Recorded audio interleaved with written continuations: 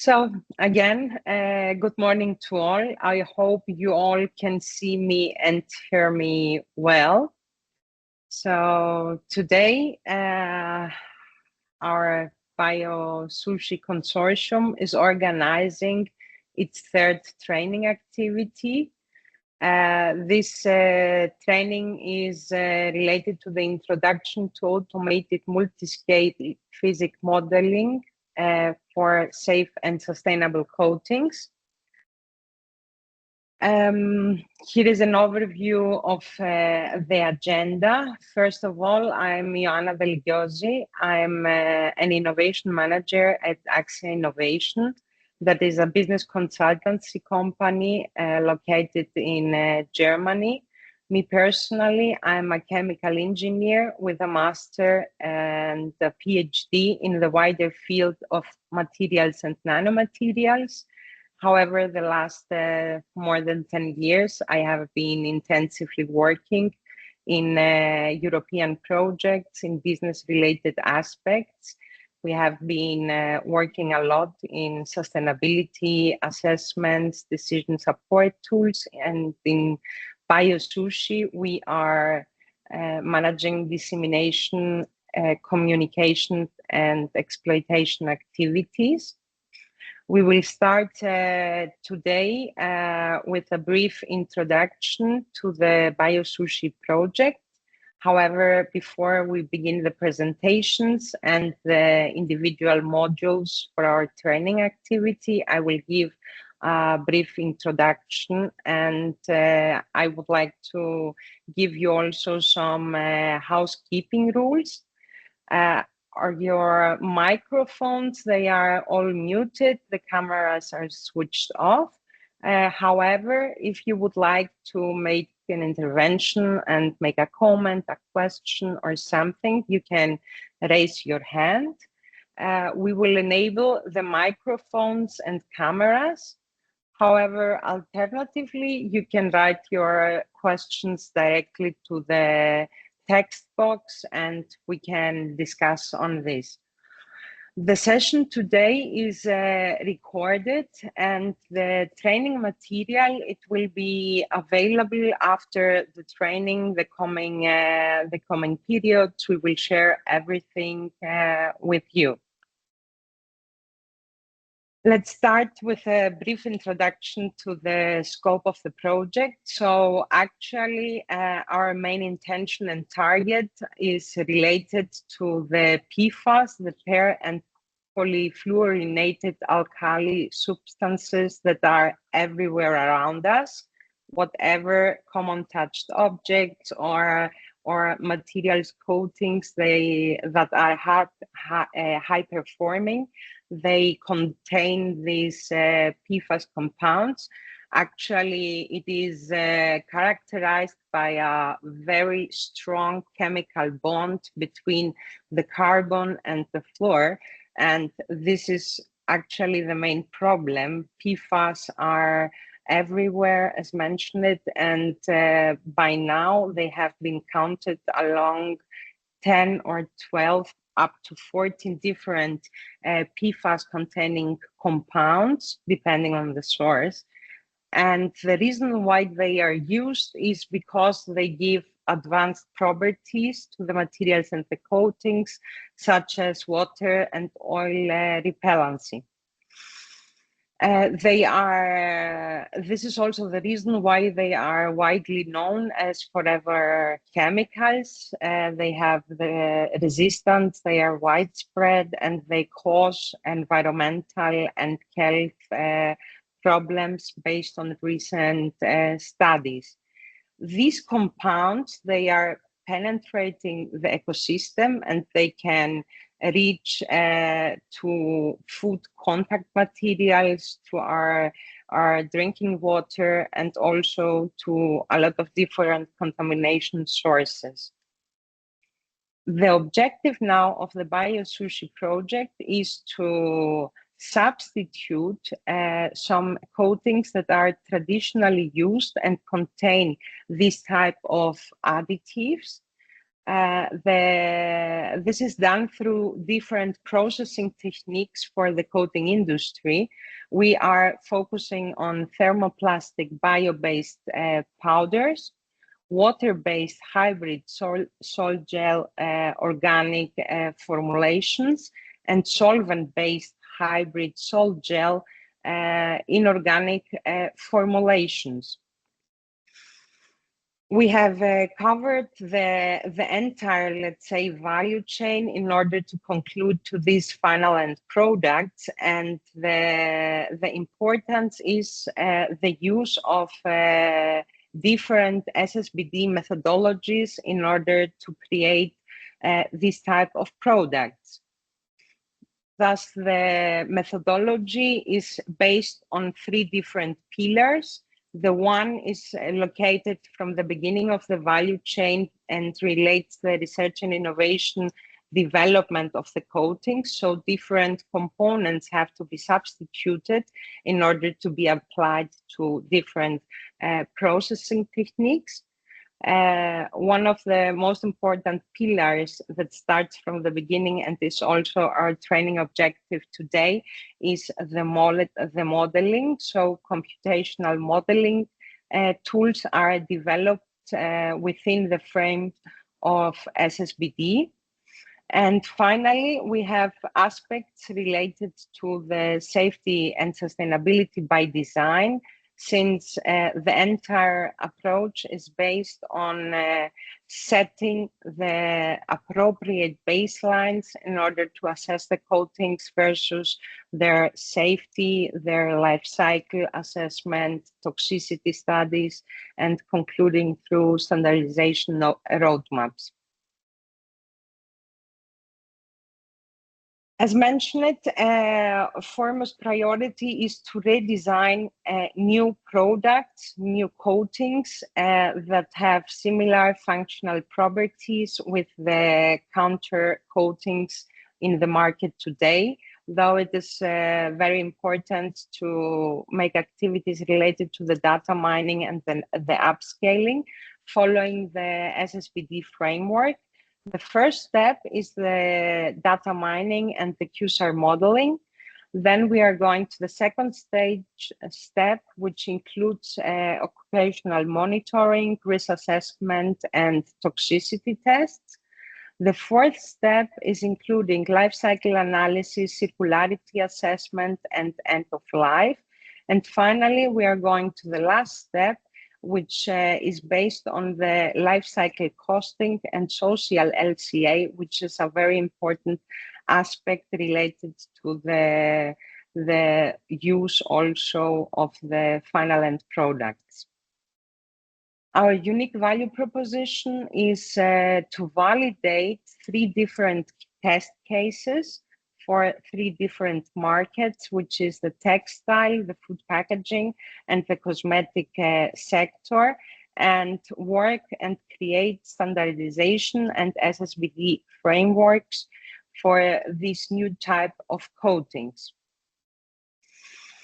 The impacts are multiple. Here are the ones that have been also prioritized by the European Commission through the achievement of the expected outcomes. Our intention is to produce coatings which will have 25% reduction on their environmental impact. They contribute to the safe and sustainable by design criteria and guiding principles. The core is to reduce PFAS in the value chains, in the products and in the environment. And closing, to develop computational tools in order to support the SSbD concept. In order to achieve this, from the early beginning, the BIO-SUSHY has been built within a multidisciplinary network of partners, which are competent in the field of material science, sustainability assessment, industrial validation, and business assessment. We are starting by the material development, Then we are going along the methodology for the assessment of the sustainability. Early, we start with modeling and computational tools, the social acceptance, reaching industrial validations in the 3 different end user applications. And we are concluding the cycle with market entry assessments, dissemination, and standardization activities. The BIO-SUSHY project comprises 14 different partners from 7 different European countries and 1 European associated country. We have 6 RTD partners, 6 SMEs, and 1 university. Concluding with a very important partner, which is a national association that is driving our products toward their end use. Our project coordinator is Materia Nova, and this is the entire network. Here, I would like to present you some very important resources. We have been working the last years in order to create some guidelines which are dedicated to the end user sectors, the food packaging, cosmetic glass packaging, and textile finishing. These are some recommendations that you can also check and download online to take a closer look on. I would like also to make an announcement for an upcoming workshop that is organized by Materia Nova and will happen on the 13th of October. You will see when you receive also the presentation, we have also some links for your awareness, the program, and the registration link. You can follow all the progress of our project through our social media, which is quite active, and our workshop, our website. Here are the sources. And we will start with the training. Actually, it will be conducted by CNR, the National Research Institute, which is one of the largest in Italy. It is a public organization that supports scientific and technological research, and its headquarters are located in Rome. Our presenters for today will be Dr. Andrea Lorenzi, which is a researcher in CNR in Bologna with a background in material science, multiscale modeling, and risk assessment. His work focused on applying multiscale modeling and automated data-driven support systems to develop advanced materials within always the framework of safe and sustainable by design. He has a PhD in computational chemistry and has worked in the FSA in London as part of the ESPA EU4 fellowship program, as well as Syngenta UK as a dietary risk assessor. The second presenter for today will be Dr. Francesco Mercuri. He's a senior researcher in CNR that is located in Bologna as well, leading the Diamond team in integrated digitalization for high-tech application. He has a PhD and is in chemical science. He studied physics and has a master in computational engineering. Thus, I would like to give the floor to Andrea to start our today's training session, which is module 1 related to multiscale modeling. Andrea. Yes, thank you, Joanna. So, good morning, everyone. Today we will have an introduction on multiscale modeling, and then we will do an hands-on training. We try to, we will show you what we developed within BIO-SUSHY regarding physics-based modeling and automated workflows, and then we will try to show you the approach we used. Of course, we won't be able to show you all the workflows and the real ones, let's say, but we will try to make it the funnier possible. So the introduction will be, I will share my window at the moment. So. Okay. You see my presentation now. I will do the presenter mode. So I don't see you, so tell me if you see my presentation, please. Yes, we can see. Okay. So Francesco will start with the introduction, and I will talk a bit more in details about the workflows we developed. Okay, thank you. Yes, I will start with make it quite quick, as we want to go straight to the most funny part of the training, which is the tutorial. So I am Francesco Mercuri from Triennale Bologna.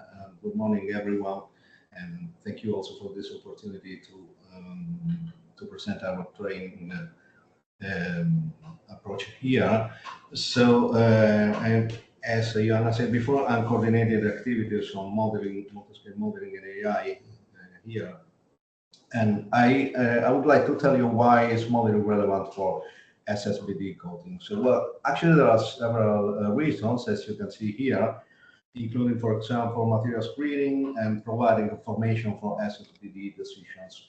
But actually, one of the main motivations is that modeling provides you with a direct link between basic properties of materials and structures and chemical composition and SSbD indicators. In particular, physics-based models are not only able to tell you what is the best materials or process to use, but they can also tell you why some materials and processes are better than others. And this information can be used, for example, to design new experiments and design new applications. Next, please. Thank you.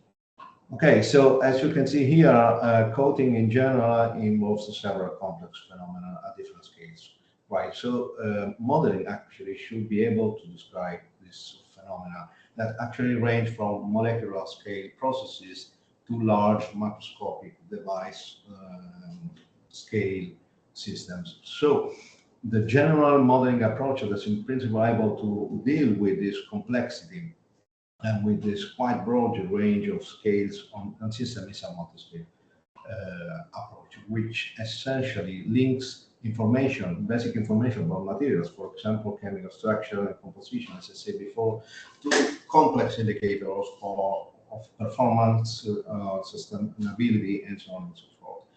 So one of the key aspects of multi-scale approach is actually that we have to consider several scales at the same time to get quantitative indicators, and we will see some example of this in a minute. Next, please. Okay, so in BIO-SUSHY, we propose basically a physics-based approach to support the development of materials and processes based essentially on three principles, which are, as you can see here, modularity, multi-scale approach, and automation. So the idea actually is to develop modular modeling workflow connecting information related to materials and processes across the full development pipeline, so in parallel to experiment essentially. As you can see here, implementing modularity on one hand, automation, data-driven integration, and physics-based methods enable, well, a range of some nice features in the framework. For example, this can lead to the possibility of integrating natively AI models and tools for prediction, generation, agentic AI, and so on and so forth.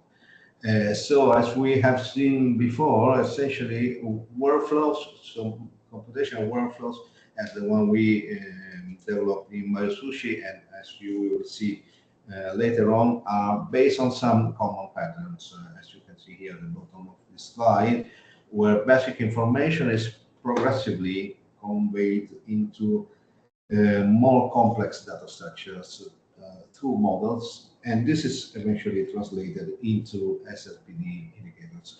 As I said before, the physical models connecting the elements of the workflows ensure a sort of explainability of data across the stream, which is one of the relevant outcomes of this approach. So I think now we can see some more specific examples and applications with Andrea. Yes, thank you. So after this nice introduction, we will go a bit deeper on what we developed, what we did during the BIO-SUSHY project, as already Joanna presented. In the BIO-SUSHY, we had 3 case studies, so the textile coating, the food packaging, and the glass cosmetic packaging. For these 3 case studies, we tried to develop workflows, automated modular workflow based on different physics-based methods in order to simulate and model the real life processes involved in these case studies. So the first 2 I want to show you are the glass cosmetic packaging workflow and the textile workflow. So if you look at on the left of the screen, in this case, we got a representation, of course, of the workflow. It's not the real one. So basically, what we wanted was to start from simple inputs. In this case, the chemical structure, the other parameters of the functionalization of the glass, and then the workflow would involve, as I said, the functionalization of a glass, of the glass, mimicking the real life process of the functionalization of a cosmetic glass. So what we did was to develop an automated, so this is all automatic workflow, in which we will first simulate, model a glass with a amorphous silica, and then we would functionalize, I mean, the workflow would functionalize the surface with let's say chains from which from an input. So the user should give as an input the smiles of the chain length, a possible terminal group different from hydrogen, and the coverage of the surface. And then the workflow would do automatically the functionalization, the equilibration of the surface, the functional surface, and the water wetting, in which a water drop would be deposited on the equilibrated surface, and the water contact angle would be calculated in order to assess the hydrophobicity of the functional surface. And this could be compared with experiments. And with this, with the automation of these workflows, we could screen different chains, different terminal groups, different coverage of the glass, and so on. Going to the textile workflows, we followed 2 routes. One is similar, in which we functionalized, instead of the glass, of course, being textile, we functionalized cellulose. So the approach is the same as the glass packaging workflow, but in this case, the workflow would automatically functionalize the cellulose, equilibrate, and calculate the water contact angle. But we developed another route for, let's say, modeling the lotus effect done by in experiments. So instead of a functionalized surface, we would have POS, which are bulky molecules. Instead of chemical bonds, there would be a physical interaction. And in this case, instead of it's still atomistic methods, but is a different one. So I forgot to say that these first 2 are molecular dynamics, so atomistic molecular simulations. And these instead was done using the FTB, which is a quantum chemical method.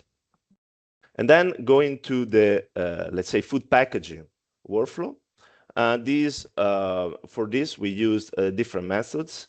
So here you can see the experimental demonstrator of this case study. So spray coating of a cellulose surface for coating, for example, for food trays applications for food industry. So again, similar. So automated workflows in which the input would be just the polymer type to use as a coating and the structure of the monomer or monomers. Either we could simulate both homopolymers and copolymers. We will see a bit of this in the tutorial later. So in this case, we got different routes again. So here at the top, we see a continuum model. So the spray coating model in which the simulation was intended to model the spray coating process and to obtain indicators that could be compared to experiments with the experimental parameters obtained with the spray coating.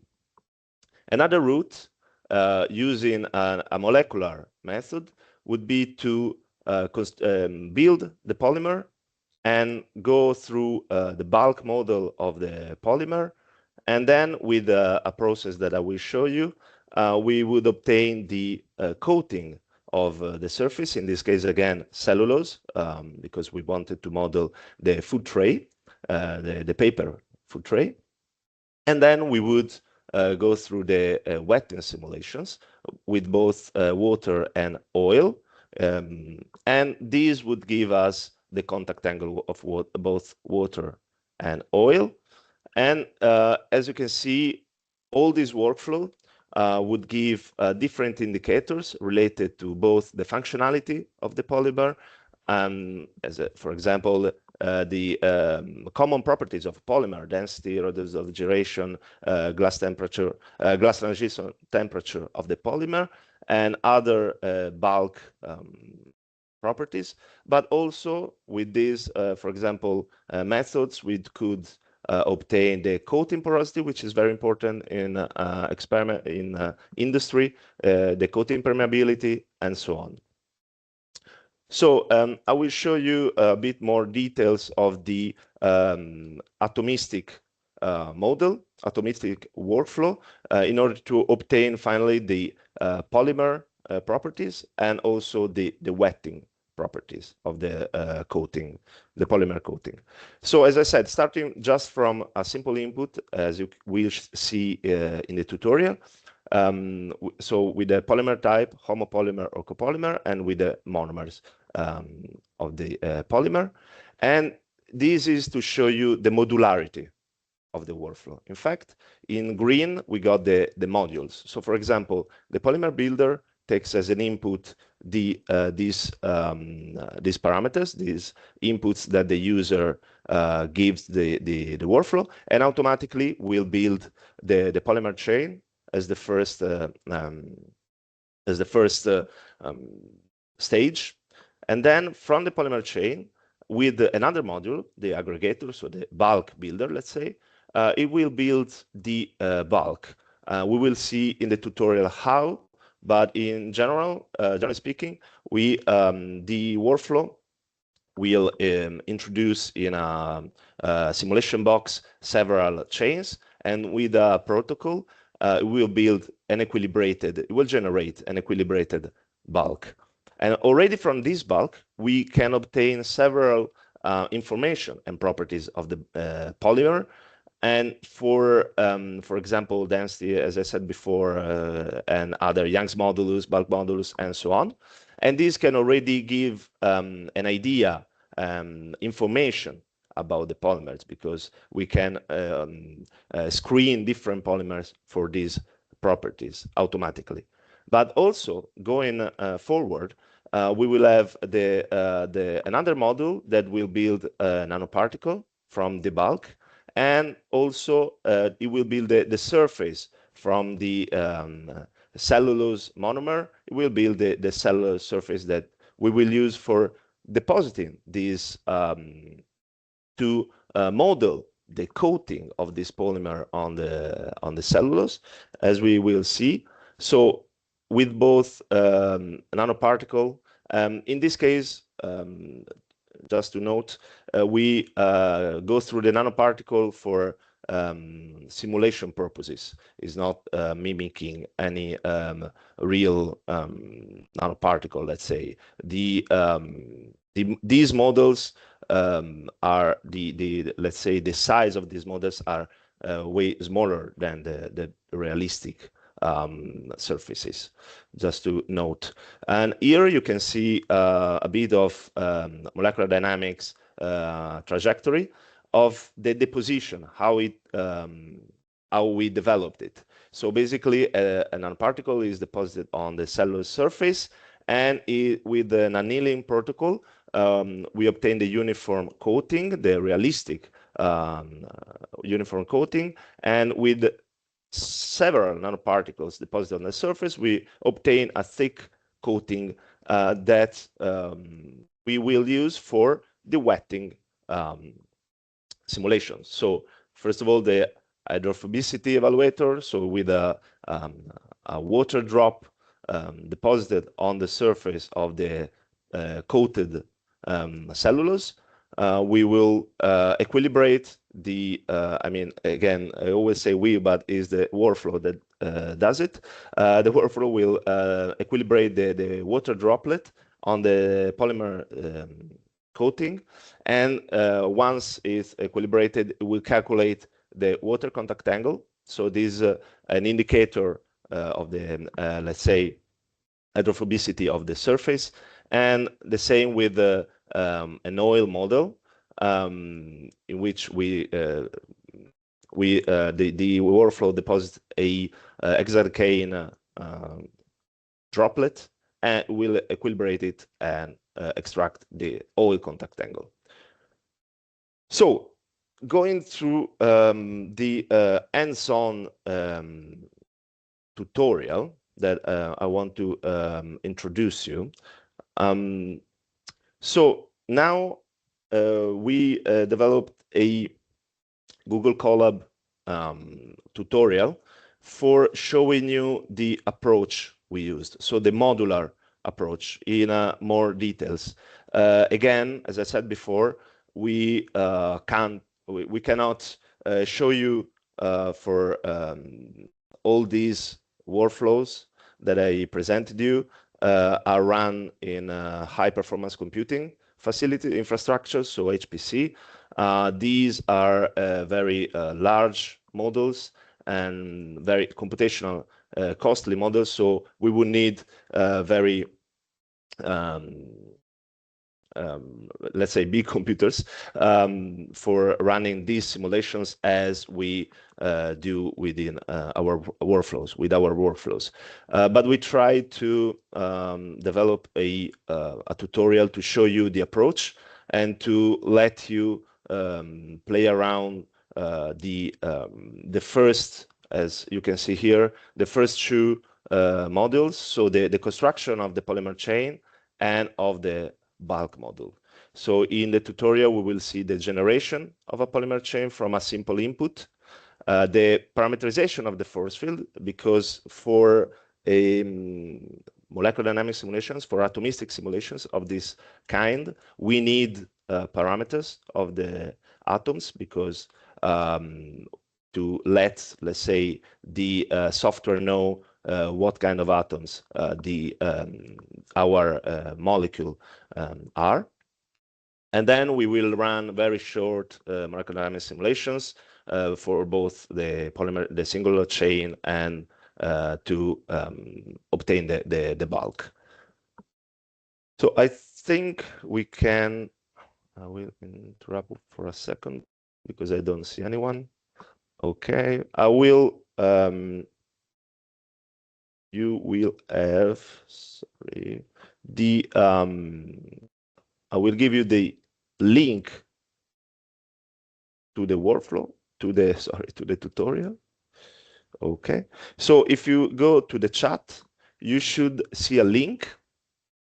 And if you click on the link, a Google Colab file should open. And then I will then share my screen again to show you the file. Am I right, Joanna, that the questions will be at the end only, right? The Q&A or? Yes, yes. Okay, perfect. So if anyone is not able to follow the link, let me know. You should see something like this. Okay, now I see you. Yes, and yes. Just quickly, I mean, just one comment. So the idea is that we can show you what is happening, but you are free to play around with a notebook as you like. So in principle, you should also be able to change parameters and run simulation independently. So it's essentially up to you. So, but I think it's better to follow Andrea at least for the first time to see what is the flow of the information. Yeah, exactly. So my idea was to show you a bit the structure of this notebook. Of course, you will need, I mean, not of course, but you will need a Google account to run it, I think. But in principle, I think anyone has one. But you don't need any other access because I opened it. I want to show you a bit the structure of the notebook, and then, as Francesco said, you are more than welcome to play around. Actually, the idea is for you to put your hands on it. In fact, it's an hands-on. But firstly, of course, I will show you a bit the structure because I think it will be useful for everyone. So if everyone is here, so apart from the introduction that you can read yourself, and also I already said something. So the workflow is structured in 3 stages. The first one, of course, is the installation of all the libraries needed, because, of course, for anyone not familiar with the Colab, this is a Google, let's say, software tool in which you will have to install all the packages because let's say it's blank notebook. You will firstly need to install the libraries and the software that you need to use, and then start your let's say Python script in this case. Here I hidden all the code because some of you could be not familiar with the Python code, but of course, if you want, you can see the code, you can change the code on your personal notebook. So don't worry, you can run it. Everyone has his as their personal tutorial, so you can run it, and no one will see your tutorial run. I'm not sure this is clear, but I hope so. So the first, as I said here, you can just play it, run anyway, don't worry. And the first one, don't worry about the warning. It will install all the dependencies and all the libraries that we will need for the tutorial. And then this I want to show you a bit. So these will clone a GitHub repo that contains all the modules. As I said, the polymer builder, polymer analyzer, and so on. I will show you this. So this is needed for our tutorial. This is our, let's say, the part that we developed. And all the modules are not the, let's say, real ones that we used, we developed in BIO-SUSHY, but they are adapted to be to work on Colab. You can also access this link. This is an open link that goes here, apart from the name, which is mine.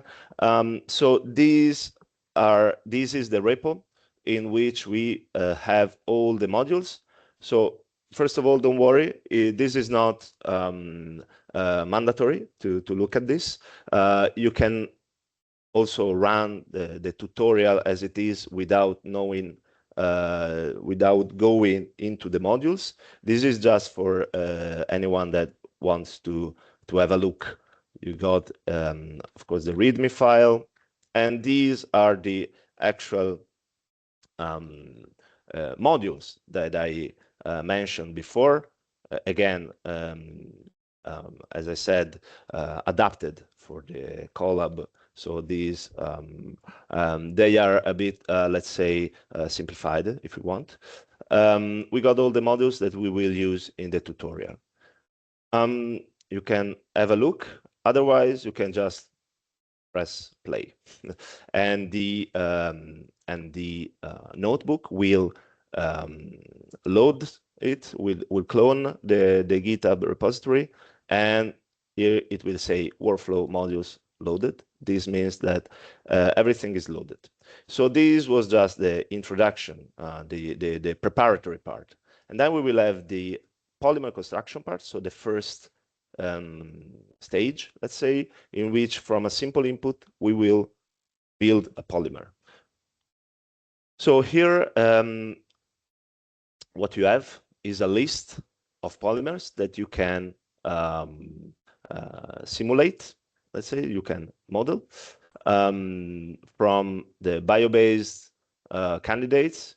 For example, these last three, PHBV, PHBH, and PBS, were the ones that polymers that we simulated for within the BIO-SUSHY project, for example. Or you got also conventional polymers, polystyrene, polymethyl methacrylate, and so on. You also have the dangerous ones, let's say, the PFAS family ones. Here, the fluorinated reference are the PFAS family polymers, and you have also other copolymers. So what are the stars? The stars that you can see will be used by the module to connect for the connection points. So as you know, maybe polymers are large molecules, let's say large materials that are made of very simple and short monomers, so units. So we got a large number of units connected together. They generate a polymer, let's say. They form a polymer. You can have either homopolymers, as you can see, for example, PLA is an homopolymer, or copolymers. This means that the polymer doesn't have one unit, but two units connected in both random ways or block ways. So all the, for example, A units and followed by all the B units, or alternate, so AB, AB. Again, if you know, it's fine. If you don't know, you can just try one. I would suggest a homopolymer if you want to try a simple one. How does it work? Again, this is hidden, so you can just put, like, for example, polystyrene, or you can also write whatever you want. This polymer name is used because if you go in the here on the left in Google Colab, you have a folder, the folders in which you will have the polymers that you simulate, that you model. So if you go in polymer type, again, let's try polystyrene, which is an homopolymer. As you can see here, you have all these homopolymer, copolymer block, copolymer random, copolymer alternate. As I said, you also can see the code if you want. How does it work? For example, if you see here, you got polymer name, you can also change here test, and you will see here test. Okay, this is how Colab works. So polystyrene. Don't double click here because if I mean, you can just select the smiles, put it here. So if you have a homopolymer, you will only need the SMILES A. SMILES B is used only if here you got copolymer of some way, as well as the stoichiometry. This is the percentage of SMILES A respect to SMILES B. You can play with it, but you can also, with the homopolymer, this is not considered by the tool, by the module. And then you will have to choose, as I said, the number of monomers. These, for example, the polymer will be a polymer with 10 monomer units in this case. You will press play. Okay. It will say that it created a directory. And in this directory, oops, you will have the some JSON files. So here, with the JSON files, again, this is not mandatory to understand, but you the workflow will follow the state of the advancement of the workflow. Francesco, stop me if you notice that I forget something, because I'm going a bit by hand. So once we did this, I'm not sure if we want to show everything or just a glance of it, and people will play with it. What do you think?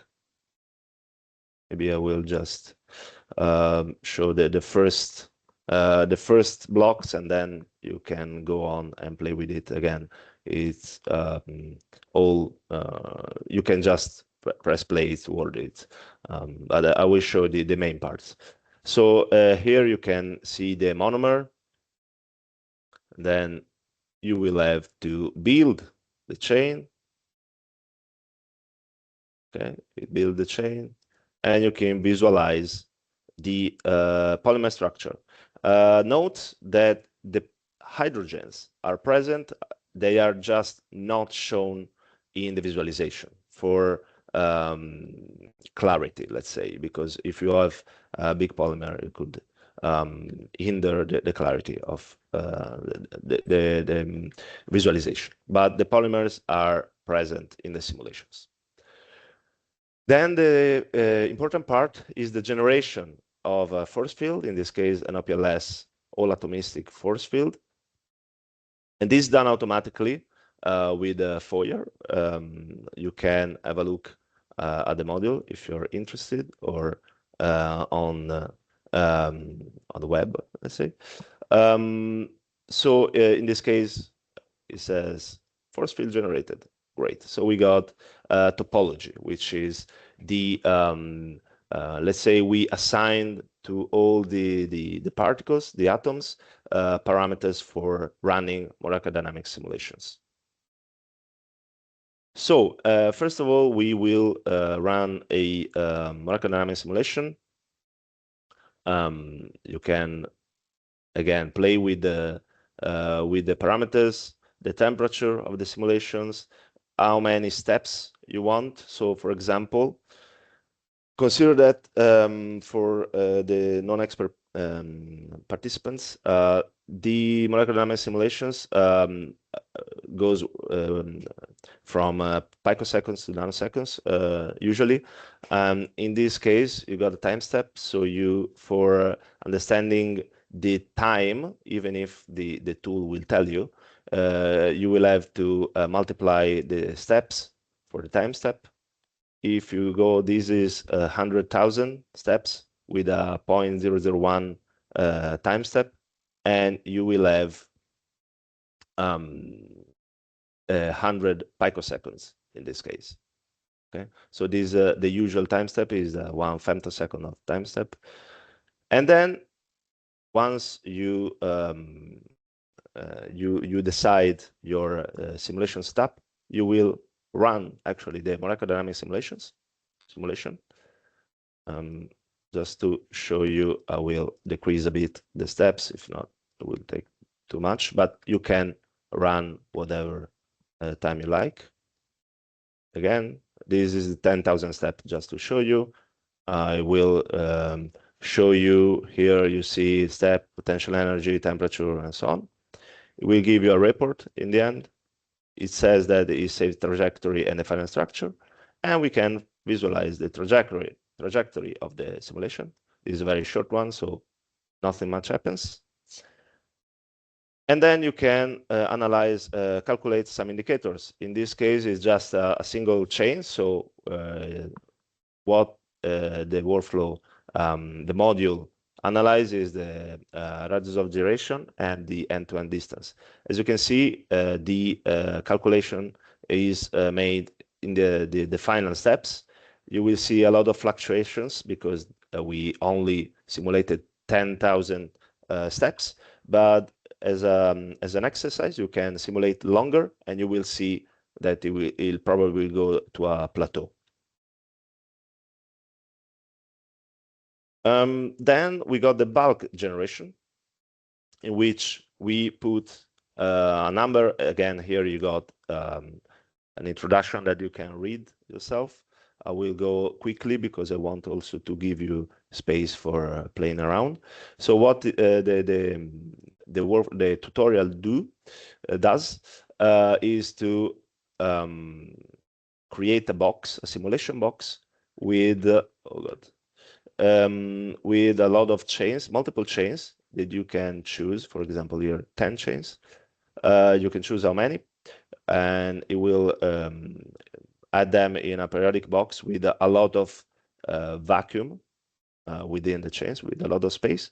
And then with a protocol setup, it will simulate the bulk. It will generate an equilibrated bulk. So again, as it works, this protocol, it goes from the single chains in the vacuum, and with a high temperature and high pressure for some simulation times, it will give the polymer chains all the time for fluctuating, and also to aggregate a bit. And then there is the cooling stage, the cooling steps for going from high temperature to room temperature with high pressure. In this way, we compress and make the polymer chains to aggregate into the bulk. And then there is a final equilibration for obtaining the final density of the bulk. And in this way, we will try to obtain a realistic equilibrated bulk.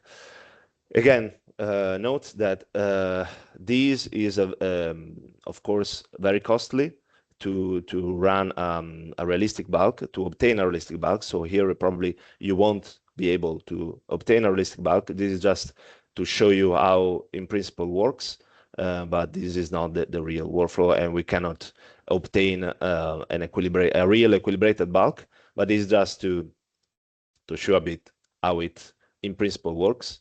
Again, you can also use PME. If you don't know what it is, keep it unflagged, and this will take forever. So I would advise not to use it, even if the result will be not realistic again.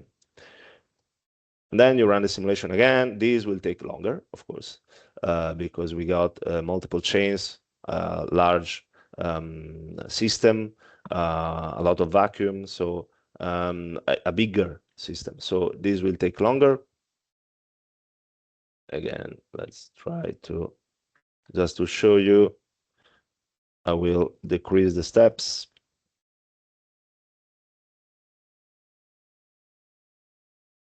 And then again, as of before, you can visualize the structure, the final structure and the trajectory of the bulk, and then calculate indicators of the bulk, in this case, volume and density trend, the trajectory, let's say the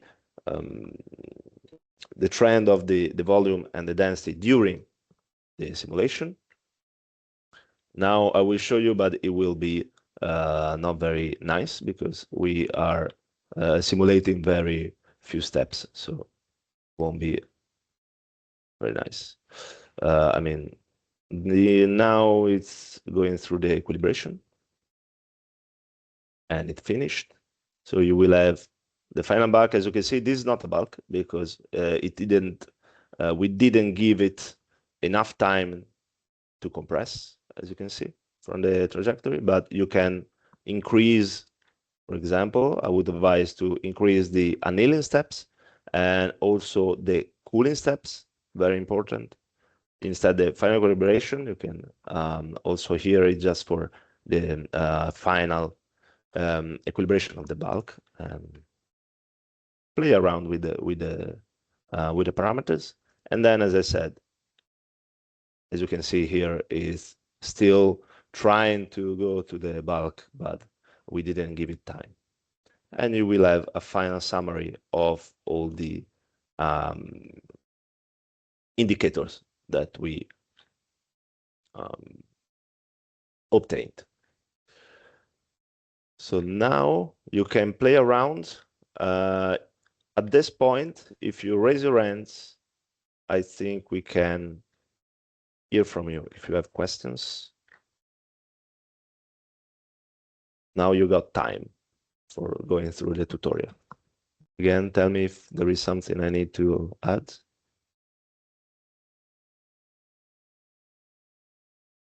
In the meantime, I won't talk anymore because I think you have enough of my voice, but I will go through the tutorial myself.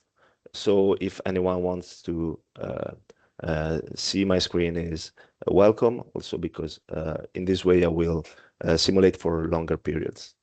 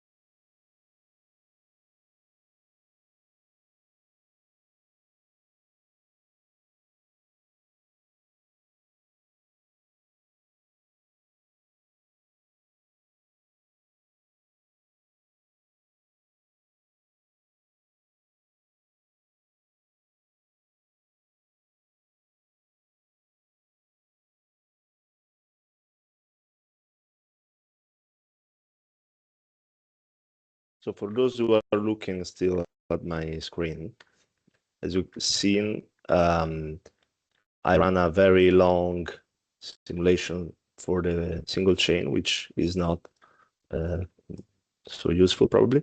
But in principle, it was just to have a, let's say, close to plateau trend. Instead, I ran lower steps for the bulk, which in principle is the opposite, of course, but it's just for the time constraint. And this is a periodic box, so even if it doesn't, it's not clear, but this is a bulk, and you can see the almost, let's say, in this case, calibrated density, so it's going to plateau. Again, we will need electrostatic more the PME and so on, but for now it is fine. So conscious about the time at the moment. Yeah, I think we are just in time. Perfect. So I don't know if anyone else is trying or is having any problem. In case, just tell us. But as Andrea said, I mean, this is essentially a toy model, so it reflects more or less all the steps needed to get some indicators. In this case, it's just bulk density, so it's quite it's a very basic indicator. But these are all the steps actually that bring you from the basic definition of materials. Here it was miles, so for monomer, to an indicator. Of course, there are several parts missing because computationally we can run it on a notebook, for example, some parameters for the simulation, the chain length of the polymer you see here. So it is a prototype of a polymer because the test some units for polymers are much longer in real life. Also, the size of the bike should be much bigger, but it already gives you some idea of the convergence of some parameters. So if we have more computational time, more resources, and more time to spend the simulation, you can get some results. Yeah, and what we wanted also to show it was the modularity. So again, at the beginning, we loaded all the modules that we needed, and as you can see, the workflow automatically creates the folders and the structure in which you can go in there and see what it did. So you got the monomers, polymer, force field, and so on, and also the JSON files for the state and the results. Okay. So this was to show you more the approach that we followed than a real equilibrated simulation. So I think time-wise, we can continue. Joanna, if you're perfect. So yes, definitely. Going back to the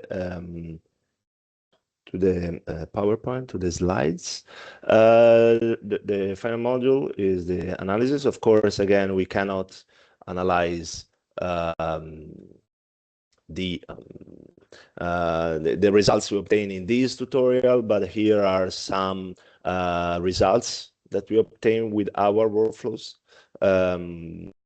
So again, here you can see again the let's say the workflow. In this case, I added a table which we store. We have the density of some polymers, the Young's modulus. This is calculated from the bulk. It's a nice simulation, but again, it wasn't. We couldn't do it with the Google Colab. And this is the water contact angle in degrees. The first two are common polymers, whereas this PTFE, which is the polytetra, the PFAS family polymer, and then the PHBV, which is one of the polymers, as I said, the bio-based polymers that we simulated for BIO-SUSHY. That is a polymer, also a partner in the project, used as a prototypical coating material for paper-based food trays. As you can see, the automated workflows provides results which are in agreement with the experimental counterparts. So these means that with these workflows, these molecular simulations, we can link the results obtained in simulations with the real-life processes and materials properties. And also, being everything automated and modular, we can, this is highly reproducible and also scalable and tunable, because we can add or remove modules respect to the needs and to the question. I mean, these workflows that we showed you, the workflows that we shown you were developed specifically for BIO-SUSHY case studies, but they can be adapted and used for other industry-related case studies, because these, for example, the polymer properties calculation is also adaptable to other cases, and this can be integrated with AI methods for acceleration and discovery of, let's say, optimization of the framework that that was developed.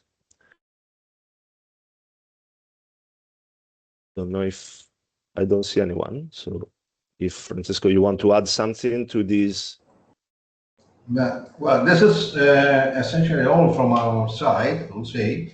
So I don't know if anyone would like to ask us some question about any aspect of this approach to modeling. So from the basic aspects to technical, or maybe to application. So this discussion, we wanted to keep the discussion about analysis linked to SSbD very compact, because, well, this is very open. So as Andrea said, this is a very transversal approach to SSbD, meaning that this modular approach allows us to reuse actually components, computational components and modules for different use cases. As Andrea showed in the beginning, we define computational workflows in terms of composition of modules applied to several use cases, and this is more or less the idea. As you can see here in this picture, we have no time to discuss this here, but we, in this tutorial, we only describe a process for, well, actually, which is the thing that is visible in less than 1 hour. So the process that brings you from chemical definition of materials to one indicator of the density. But in principle, we have different modules, as you can see here, for spray coating, so more related to processing, hot pressing, and, well, more specific to the use case. In this case, in this case, the food tray coating process. So, well, this is yes. Also, I also want to stress that, well, if if you just look at the table, you can say, okay, you are just comparing with experiment, so you get a good agreement. So, well, it's nice, but this is not really predictive. Yes, this is true, but this is a kind of calibration. So, in principle, once it's written also here as one of the take-home messages. In principle, the idea is not only to reproduce experimental values, of course, but specifically to produce a lot of data. BIO-SUSHY itself is based also on a data integration infrastructure where all data and information coming from experiments, modeling, physics-based modeling, data-driven modeling, and characterization, and so on, are integrated to inform actually SSbD decisions. And this is exactly the idea. So to have something, to have modeling that produces a lot of data and actually can support material screening and process screening. I hope this is, I hope you can get this take-home messages.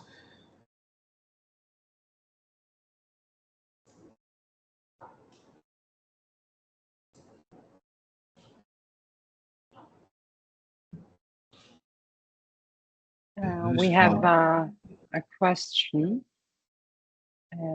Give me a second to enable the microphone.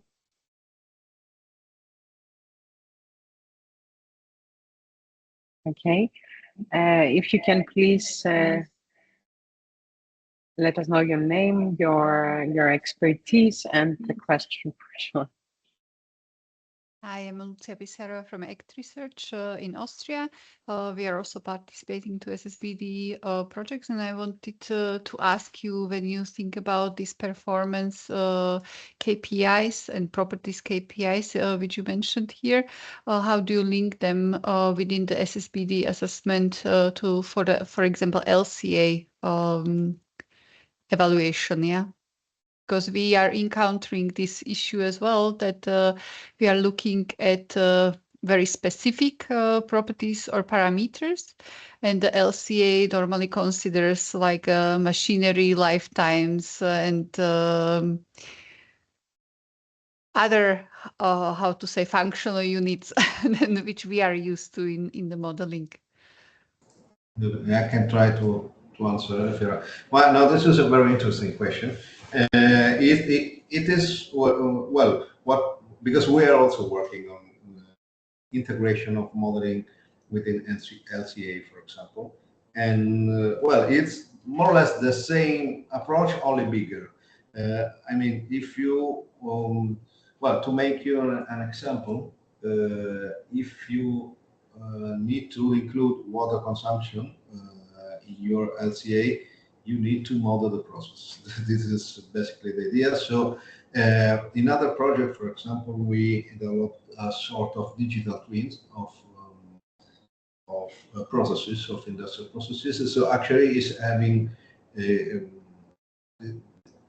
is based on building up a physical or data-driven model of a process at the full scale, right? So in this tutorial, we focused the attention on the molecular scales because, well, it was also more relevant to some specific phenomena occurring in coating, also to the design of materials. But of course, you can use physics-based models also to model more complex processes at the industrial scale. For example, involving energy, waste production, water resources consumptions, and so on. So as I said just a few minutes ago, the idea is to integrate all the data together. So you need to, well, your SSbD decision need to be informed by performance indicators, as the one we show here, for example, mechanical properties or water contact angle, whatever, as well as by LCA indicators related to LCA and impact, for example, use of resources or whatever, and you need different knowledge for that.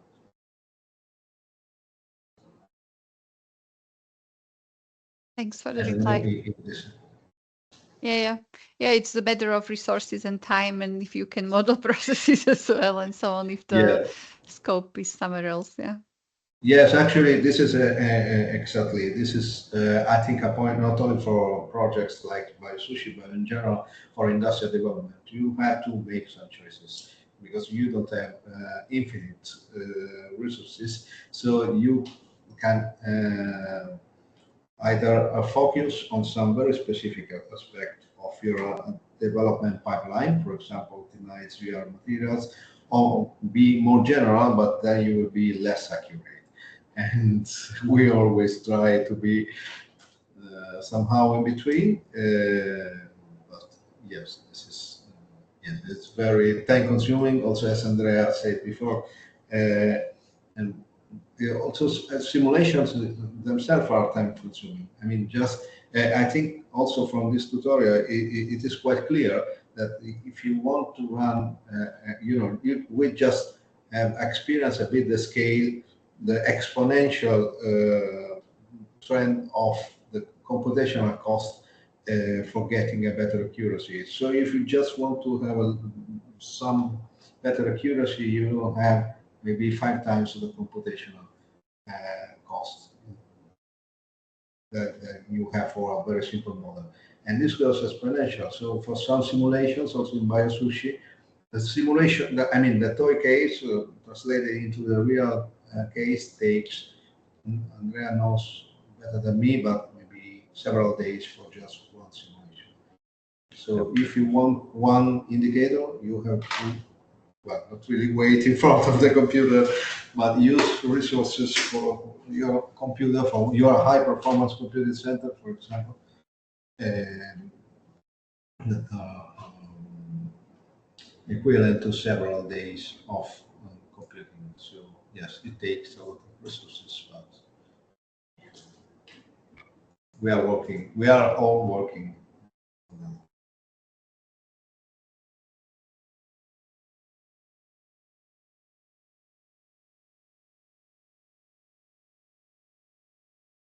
Okay, thank you for the question. Is there maybe any other question?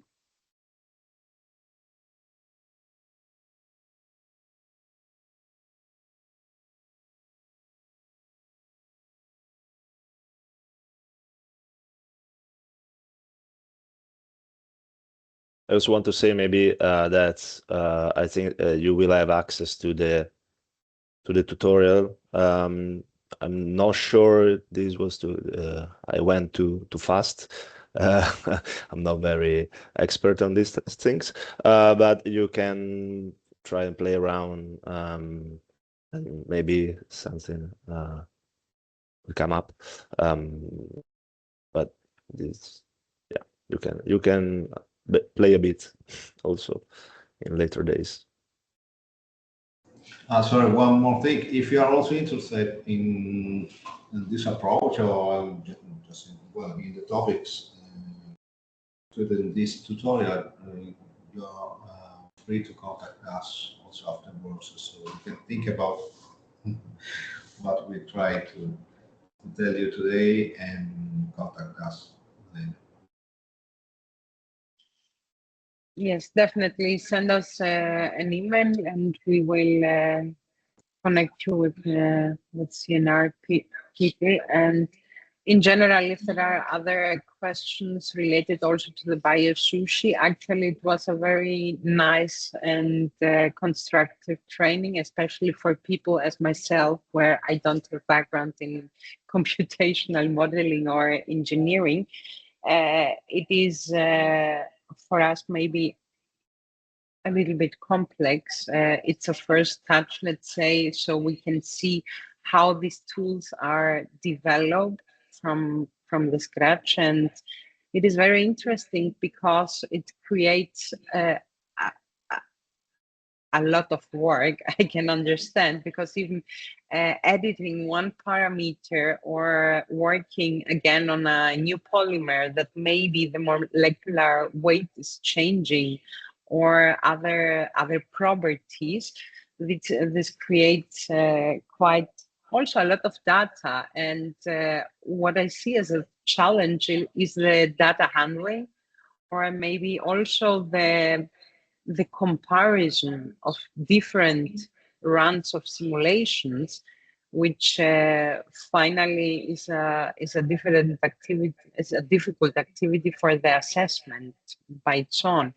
And as it relates the question and the connection with the LCA, I believe these projects, they are on a quite low TRL. So whatever is produced as a result within the project is a knowledge that can be used in different cases. And as we have seen in BIO-SUSHY, we have 3 different coating applications, 3 different processes. So a lot of modeling and simulation has to be done and combined finally together only for one result. So it's a very important asset, let's say, for this type of projects. And from what I have seen in slide 19, it's very also interesting that also the simulations are in a quite good alliance with the experimental data. So it is a good baseline to apply it also from the early beginning when we are selecting, for example, our chemicals for the different applications. And I believe this is also a very important link to the SSbD framework, if it can be done from early beginning, or to use this as a resource for further research and development. Yes, actually, this is my perspective, let's say, from the very nice presentation. Okay, also the code, the presentation of it was very nice. I was not able to run it as a total, let's say. I was also involved within the presentation, but if I can ask, it will run also after the training, so we can make some tests. Yes, it's I will keep it open. Maybe you will find some bugs, but this is yes, probably. But yeah, don't worry. That was just for the tutorial purposes, so maybe something won't work. But in general, is again for the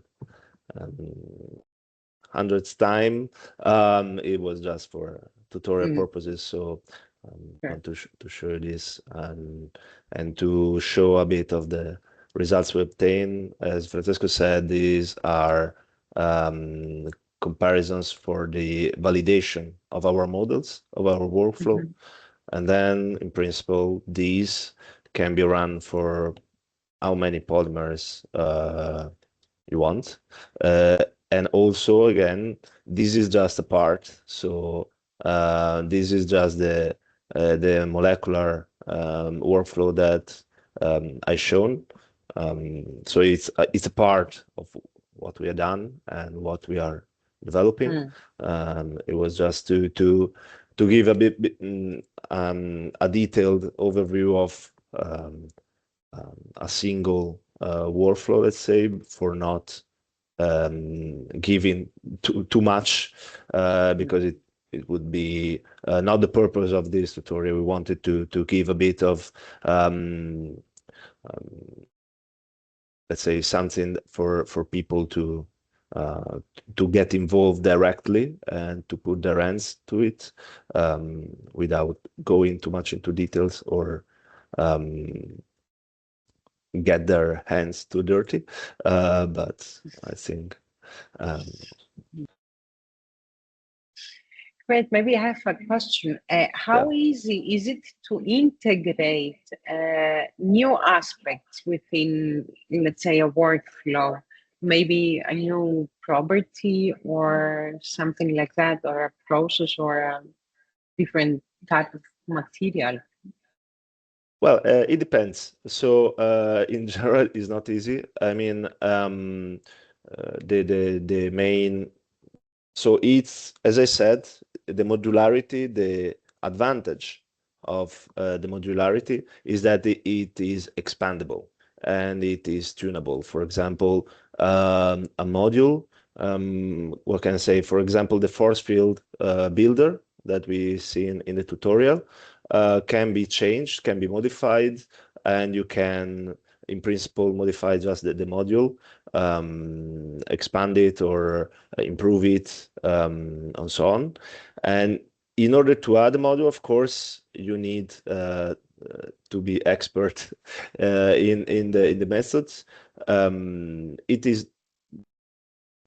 so again, it depends, but in principle, it's not very easy because you need either the physics-based methods to run properly, and also I think one of the main difficulties of this approach from the development point of view, not the usage, is to make it automatic.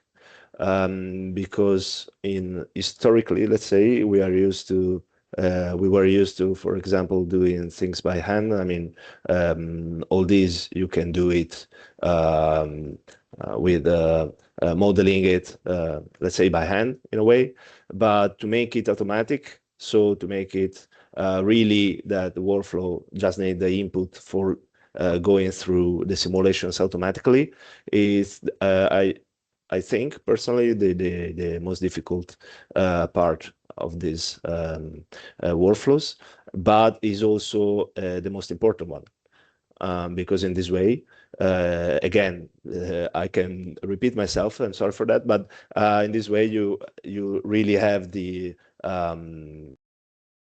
advantage of using these workflows with very simple inputs, and in principle also in the end, not at the moment, but in the end, the idea was also for not expert users to be able to obtain information, to update the properties, because you just need a simple input, and the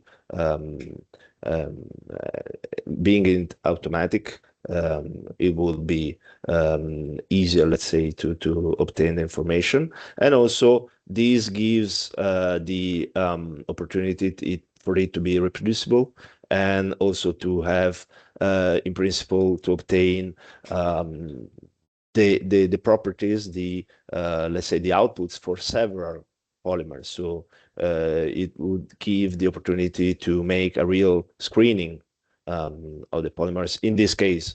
And also, I mean, we talked about polymers because this was the use case, but it's not the only case. So what we've seen was we talked a lot about polymers because this was the use case that we presented.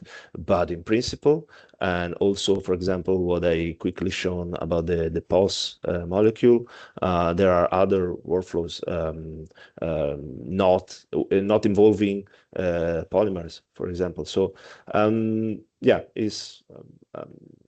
it's not easy per se. There are different and several difficulties, but in the end, I think this is all this is an advantage from some points of view.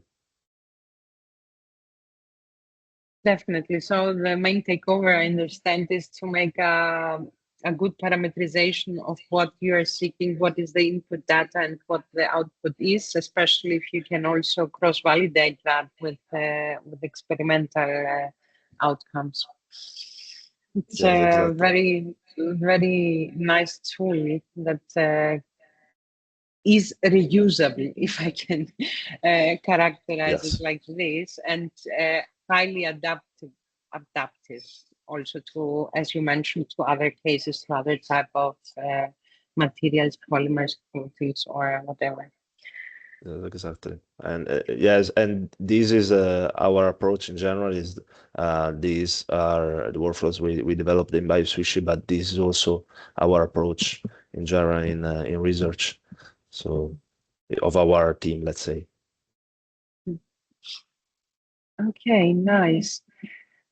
So I would like to ask again the participants whether there are any other questions, either if it is related to the modeling, the training session, or generally regarding BIO-SUSHY or any other notes.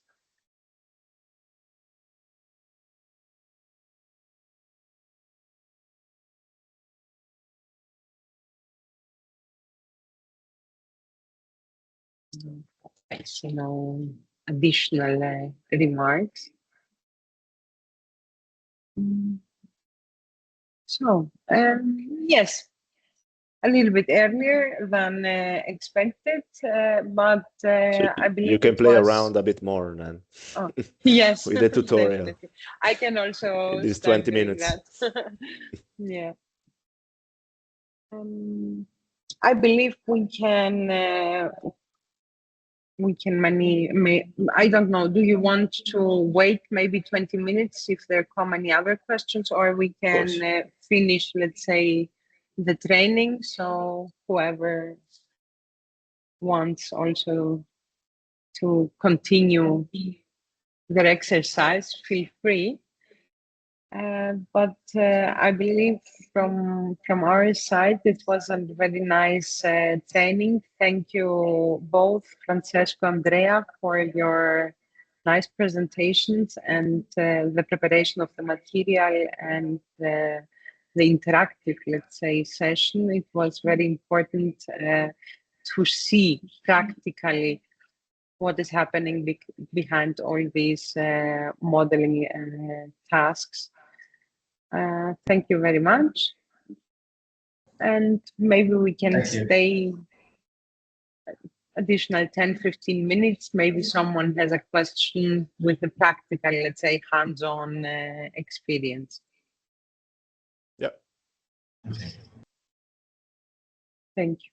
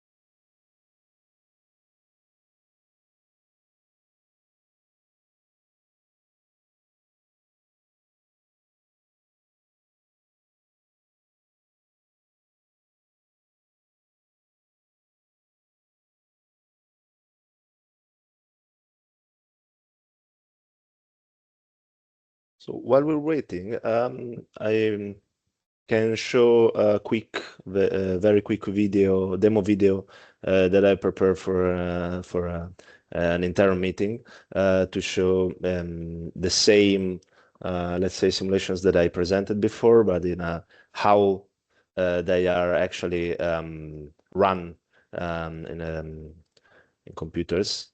Definitely.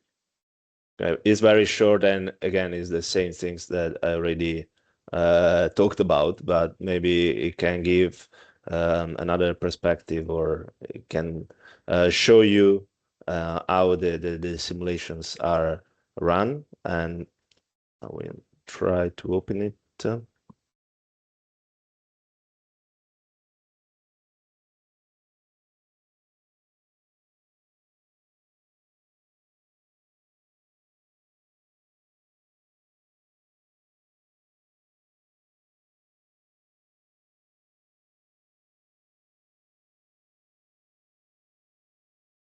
Okay, then share my screen. Okay, so see, from just a simple input, as I said, the workflow starts, and everything is done automatically. So this particular workflow uses GROMACS, if anyone knows it. It's a molecular dynamics software commonly used, especially for organic molecules, and we are more expert in that. So it starts, and then we got the bulk builder, as I said. So from polymer chains, the chains that I shown for also in the tutorial, in this case was PTFE, so the PFAS family polymer, Teflon. So we got the multiple chains separated in vacuum in the periodic box, and at the end of the simulations, we obtain the bulk. As I said before, consider this is a periodic box. It means that it's, let's say, a trick used in atomistic simulations, molecular dynamics simulations, to have also, for example, here you see the periodicity. So we got the bulk structure, so the high density structure of the polymer. So we obtain the bulk, and then we build the nanoparticle, just increasing the vacuum space around the bulk and equilibrating the nanoparticle in vacuum. And then the deposition of the polymer on the cellulose surface. So this is just the visualization of the molecular dynamics with the cellulose kept still for visualization purposes. And so you see the protocol for each. This is a portion of the cellulose surface, the annealing of the polymeric material, as I shown before in the presentation. In this way, with a number of nanoparticles deposited, we obtain the polymeric coating of the cellulose. And this is used later for computing the water contact angles with water contact angle. So for this, we here, for example, again, just for the visualization, we don't have the cellulose, but just to show you, and the coating, as you see, is kept still. So the water drop, this is all molecular dynamics, so it's physics-based modeling. So the water drop is deposited and equilibrated on the surface with, this is just some steps shown, but is a longer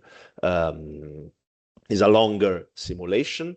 And in the end, when it's equilibrated on the surface, the workflow with another tool will compute the water contact angle from this.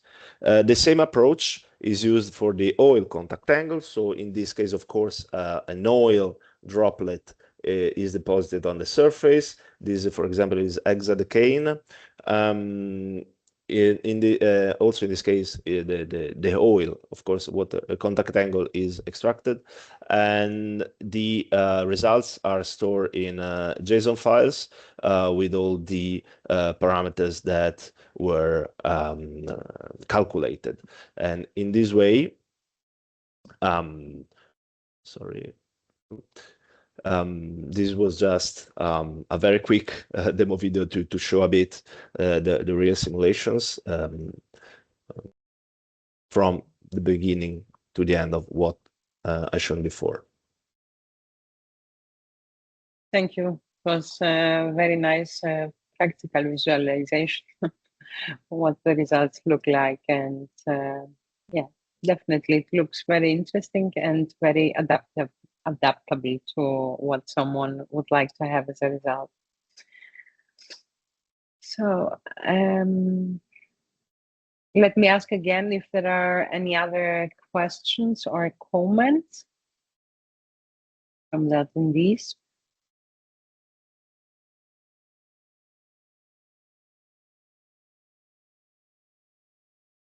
Okay. Since we don't have any additional comment, I would like both to thank you again for this nice training and the presentations. Thank you very much to all for attending today. And as mentioned previously, feel free to contact us with whatever request you have. So this is the conclusion of our training session today. Thank you very much. Thank you. And thank Thank you. you very We will much. be in touch. Thank you both. Thank you. Bye-bye. Bye. Bye-bye. Bye. Follow us on our social media channels and visit our website.